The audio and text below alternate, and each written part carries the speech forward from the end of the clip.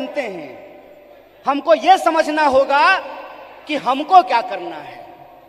आज जब हम इस कार्यक्रम में शामिल हो रहे हैं, जिस कार्यक्रम का नाम है बेहतर भारत की बुनियाद, तो हमारा फोकस इस बात पे होना चाहिए कि यूथ कांग्रेस का कार्यकर्ता होने के नाते, भारतीय राष्ट्रीय कांग्रेस का कार्यकर्ता होने के नाते, एनएसयूआई का कार्यकर्ता होने के नाते, सेवा दल का कार्यकर्ता होने के नाते, महिला कांग्रेस का कार्यकर्ता होने के नाते, इंटक का कांग्रेस कार्यकर्ता होने के नाते, किसान सभा का कार्यकर्ता होने के नाते हम इस देश की बुनियाद के लिए क्या करना चाहते हैं।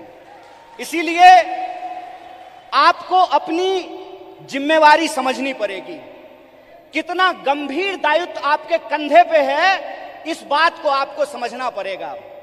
आज देश की बागडोर पंडित जवाहरलाल नेहरू के हाथ में नहीं है कि जिन्होंने किताब लिखी थी डिस्कवरी ऑफ इंडिया। आज देश की बागडोर डॉक्टर बाबा साहब भीमराव अंबेडकर के हाथ में नहीं है, जो विदेश पढ़ करके आए थे और इस देश की ड्राफ्टिंग कमेटी में कॉन्स्टिट्यूशन को लिखने का काम किया, बनाने का काम किया। आज देश की बागडोर 23 साल की उम्र में हंसते हंसते फांसी के फंदे पे झूल जाने वाले शहीद आजम भगत सिंह के हाथ में नहीं है। आज देश की बागडोर एक ऐसे इंसान के हाथ में है जो अपनी पत्नी की जिम्मेवारी ना उठाया हो, वो देश की जिम्मेवारी उठाएगा। बताइए,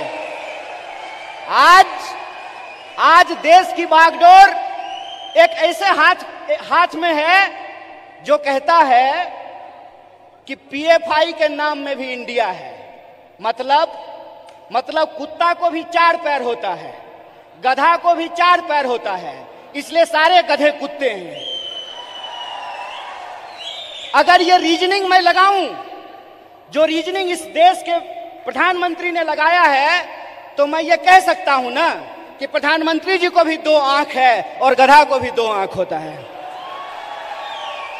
बोलिए, मैं ये बात क्यों कह रहा हूं? मेरा कोई मकसद नहीं है कि मैं भाजपा, मोदी और आरएसएस की चर्चा करूं। मैं सिर्फ आपको बता रहा हूं कि कितनी गंभीर परिस्थिति में आज हम खड़े हैं। इतनी गंभीर परिस्थिति में खड़े हैं कि संस्थाओं को तो छोड़ दीजिए, व्यक्तियों को भी बोलने का अधिकार नहीं है। इसीलिए जब आज आप यूथ कांग्रेस का झंडा अपने हाथ में उठाए हुए हैं, जब आप कहते हैं यूथ कांग्रेस जिंदाबाद, इसका क्या मतलब है? इसका मतलब यह है कि जिस देश की 55% आबादी नौजवान हो, जिस देश में दुनिया का हर 5वां युवक भारतीय हो, जिस देश में 45 साल में सबसे ज्यादा बेरोजगारी हो, और जिस देश में जिस दिन कारगिल विजय दिवस मनाया जा रहा था, उससे ठीक कुछ दिन पहले कारगिल में लड़ने वाले शहीदों के परिवार के साथ कैसी नग्नता की गई है, ये वीडियो आप लोगों ने देखा है। इसीलिए आप अपनी जिम्मेवारी को समझिए।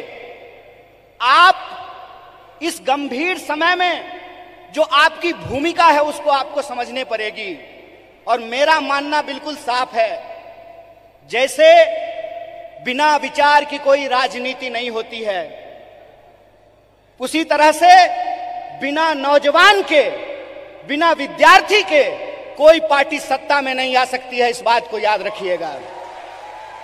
अगर आप चाहते हैं कि इस देश में सत्य का शासन हो और सत्ता पे बैठे हुए लोगों का जो अहंकार है, उस अहंकार को चकनाचूर किया जाए, जिस लोकतंत्र की बुनियाद पर, जिस जमहूरियत के दम पर आज उनको कुर्सी पे बिठाई गई है, अगर आप उनको नीचे उतारना चाहते हैं तो इस बात को आपको समझना पड़ेगा कि इस देश के नौजवानों और विद्यार्थियों को सबसे बड़ी भूमिका निभानी पड़ेगी।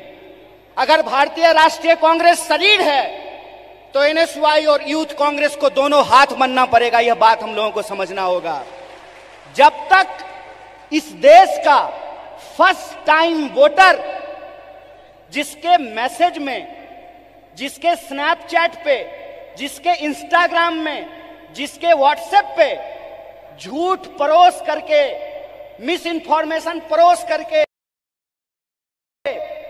उनको गुमराह किया गया है, जब तक उनके सामने हम सच्चाई लेकर के नहीं जाएंगे, जब तक हम घर घर नहीं पहुंचेंगे, जब तक हम स्कूल स्कूल नहीं पहुंचेंगे, विश्वविद्यालय विश्वविद्यालय नहीं पहुंचेंगे, तब तक इस सत्ता पे बैठे हुए लोगों को हम सत्ता से बाहर नहीं कर सकते हैं और लोकतंत्र को बचा नहीं सकते हैं।